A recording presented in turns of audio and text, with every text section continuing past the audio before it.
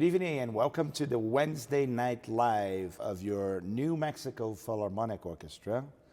And for the first time, I'm actually hosting this show from Albuquerque, New Mexico. And it could be no other way than to be a very special show.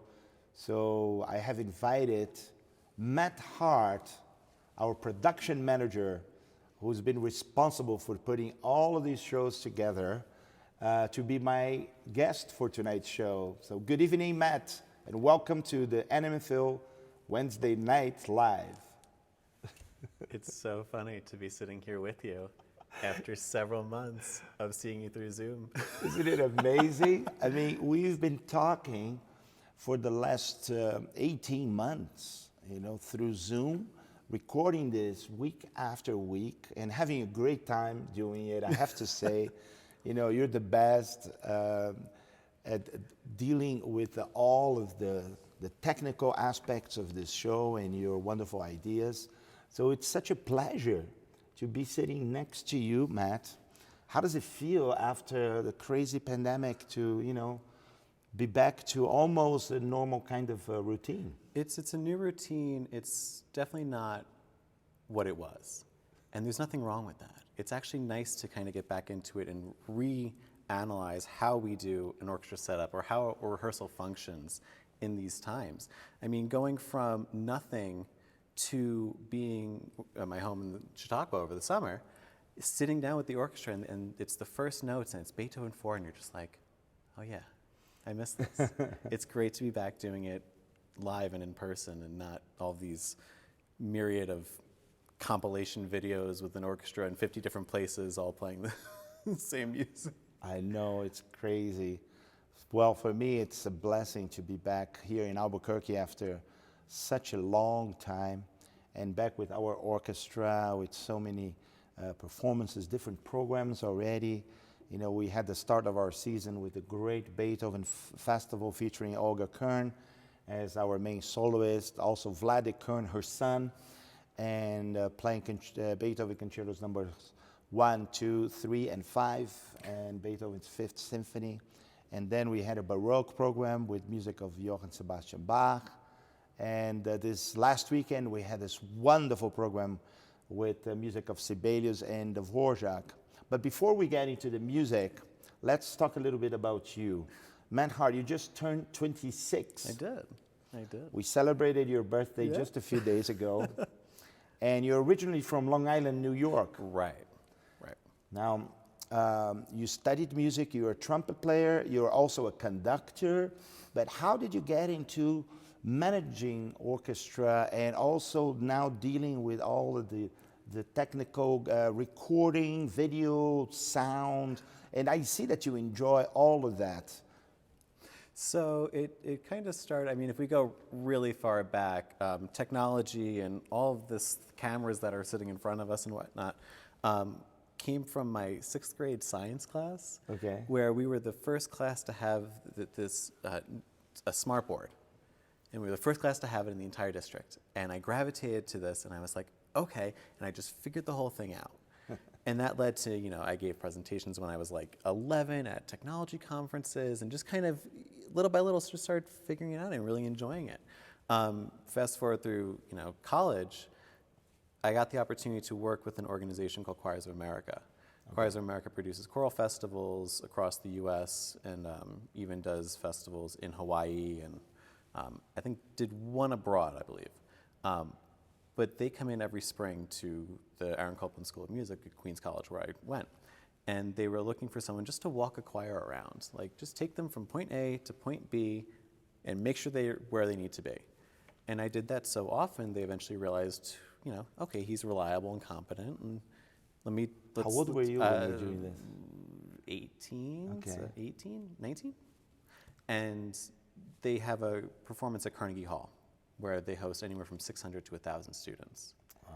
And they said, well, why don't you come to Carnegie Hall with us and help us out? So I started doing the logistical background of how are we having 1,000 students come through Carnegie Hall and do a 3-part performance that ends in an antiphonal commissioned work that's 360 surround sound in Carnegie.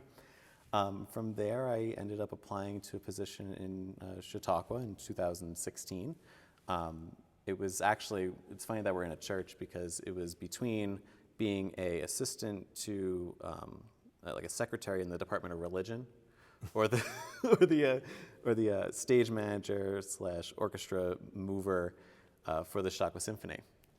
And I got an offer from the Department of Religion, and I got an offer from, well, no, I didn't get the offer from the religion, but I got an offer from my current boss in the amphitheater, and then the religion department rescinded their offer and said, well, we found someone. I said, okay. 2017 rolls around, it's my second season, and I run into the person who I interviewed with. I said, well, it's funny, I could have almost had a job, but I ended up here just like, oh yeah, they wanted you really badly.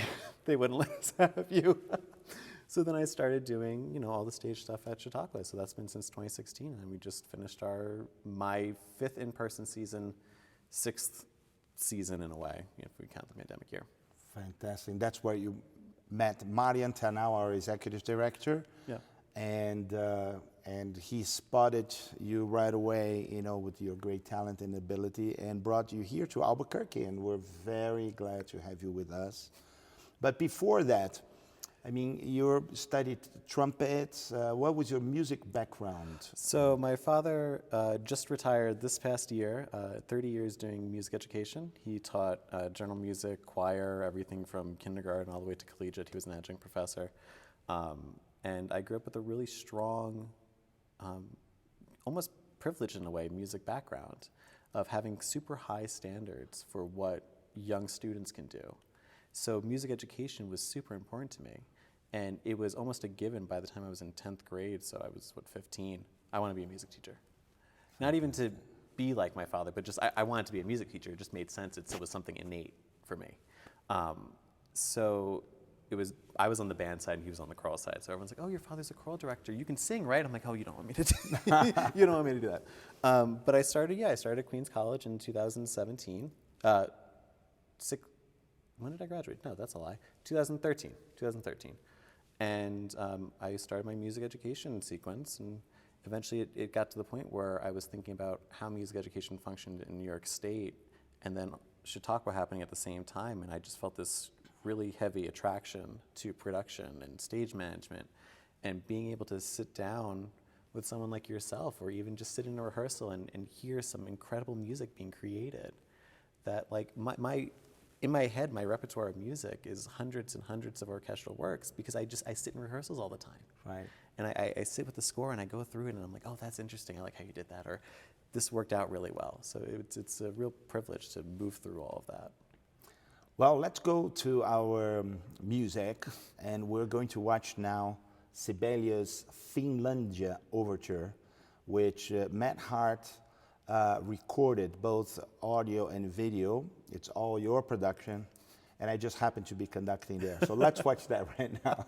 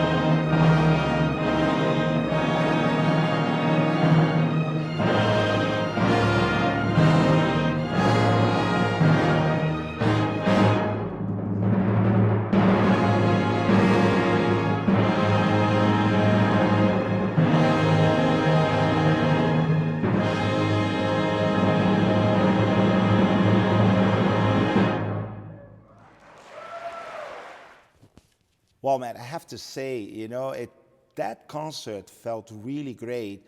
And now watching the video of it, it brings me back, to that moment in the energy. And you were able to capture such a beautiful sound, such beautiful images from the orchestra. And it's a very difficult piece. I mean, you have to balance that because it can be bombastic sometimes, and then it goes to really soft pianissimos. How difficult it is to really balance and to get great sound from all these different dynamics and moments in the music. I have to say we have a really great audio engineer at Poetry Hall. I take credit for supplying the microphones. I will give him full credit for the sound that comes out. Who's that? That's Chris Pacheco, and Okay. he's great to work with, and really is kind of just like I give him a lot of free liberty to just say, this is what we got. What can you do with this? So it's a really great sound. The video is 1,000% me. So I'm able to not worry about the technical aspects of mixing the program, but I have to think of all those shots, and I have to think of how they're functioning. Because for me, if there's a bass line that is really not too prominent, but the basses are doing a lot of work, Right.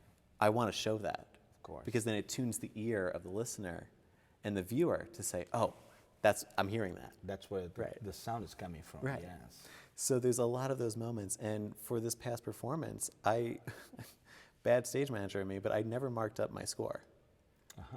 So I took all the time to listen to it and really ingrain in my head the entire work so that I'm not staring at the score as a function of just clicking Right. buttons. I'm staring at it as a function of hearing it and enjoying it as well. So our new ASM stage manager, Tori, was sitting with me, and she was watching me almost screaming and flailing my arms around as it's happening. I'm pressing buttons, and I'm trying to make sure that every little moment is captured as yes. much as it can, because there's so many solos, there's so many little tiny things that make it what it is. Is it fair to say then that as I was conducting from memory, you were, directing the video from memory by heart also? Yeah. It happened more in the Dvorak. The Dvorak is something that I know what's happening. I know it. And so I'm singing as you're playing, and as the orchestra's playing, I'm singing backstage, and I'm saying, okay, here's the flute moment. I have to get Valerie Potter, and then the one big thing that I wanted to get, and it was my really happiest moment of it, was you made the decision to have all 5 horns do the trill. Right. And I was like, I can't miss this. In the last movement. In the last movement. And I'm like, I can't miss this. So I'm getting ready for it. But I'm like, okay, got it. And it came on, and it was so happy. And I just let it sit there for a little bit just to enjoy that moment, because it doesn't happen often, but when it does, it is amazing. Emotional, yeah. Fantastic. Well, this is the Vorjax Symphony number 8 with the New Mexico Philharmonic under my direction, production by Matt Hart. Let's watch now the first movement of the Vorjax 8 Symphony.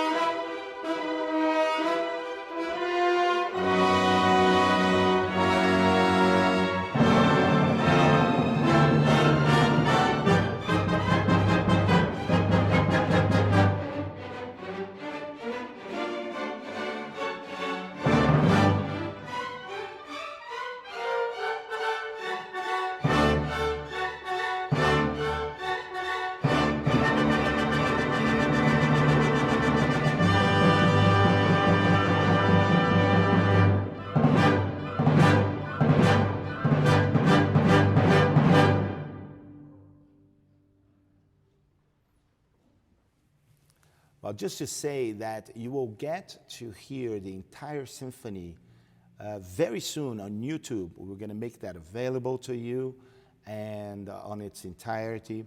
Now we're just going to have a taste of the symphony with excerpts from each of the 4 movements. Do you have a favorite movement in the symphony, Matt? I have favorite moments from each movement. The second movement, the way that it grows and expands and gets bigger, but then comes back and goes back to that delicate moment in the beginning, and it's lush, and it flows, but then gets really just brass, and then the trumpets, the fanfare line that comes in, and even having it come back, like just quietly.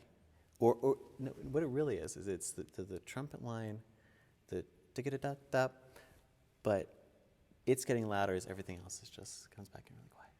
Let's watch that right now. Matt's picks for the second movement of the Vorjax 8. Good.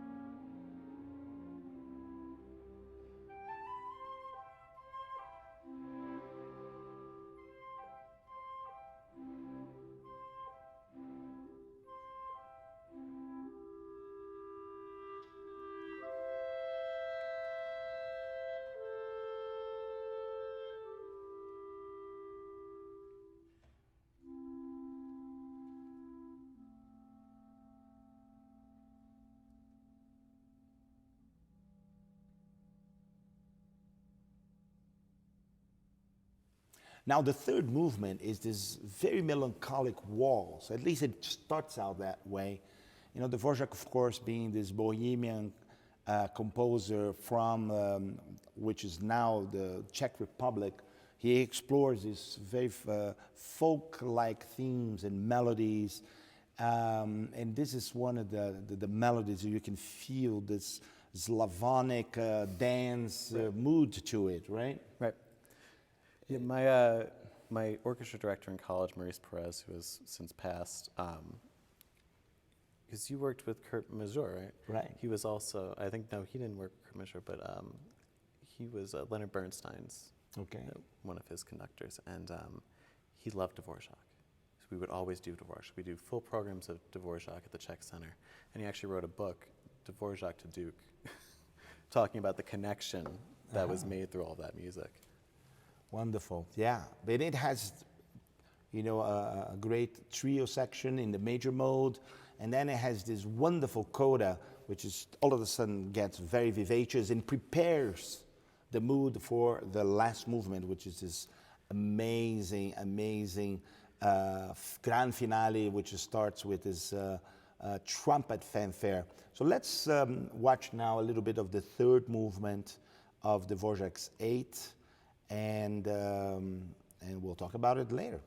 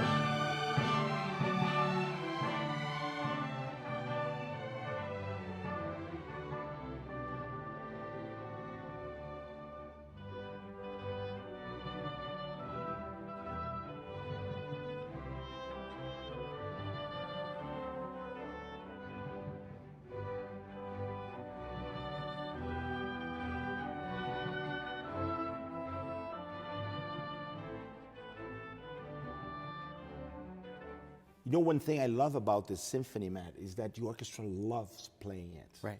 It's one of the musicians' favorite symphonies to play. It's energetic, it's beautiful, it's lush, it's full. Right. Right? It's not just bombastic all the time, but it really, contrasts itself. And you can tell when a musician or even an orchestra really enjoys something because they're giving it more. And Yes. and I remember seeing these rehearsals and you're more, and just, it nuanced more. Not just give me more. It's Right. specifically I want this. Exactly. And it shows. And you can hear it, you can see it, you can watch it. Actually, speaking of nuance, if we can play that da capo of the third movement, where I do something slightly different. We do the da capo in pianissimo instead of the original dynamic that starts out with. And that gives it a really special atmosphere to the whole thing. Can we just watch that now? Yeah.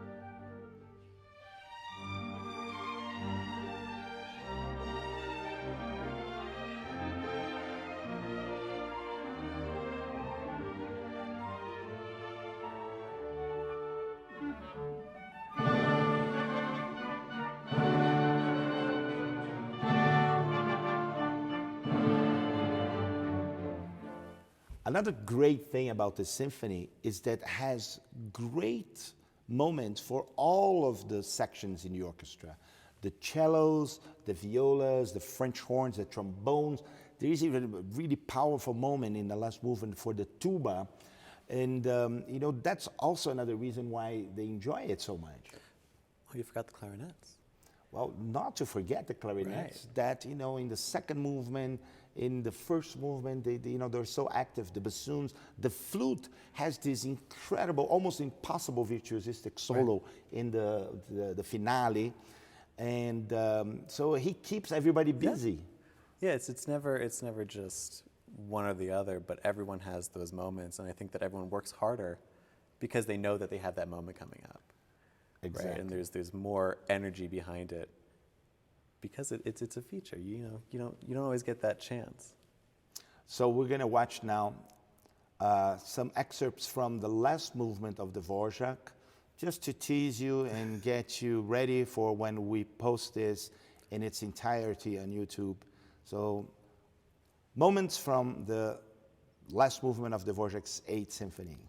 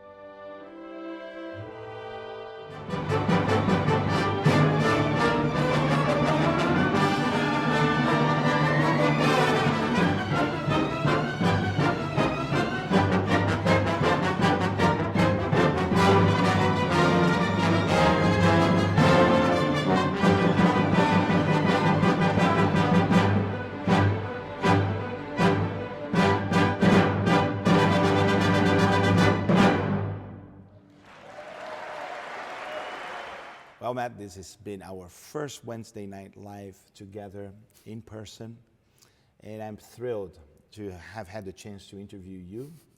And this was a wonderful show. So I'm looking forward to our next show. Thank you, everyone. We're still within the pandemic, so remember, stay safe, stay healthy, and we'll see you soon.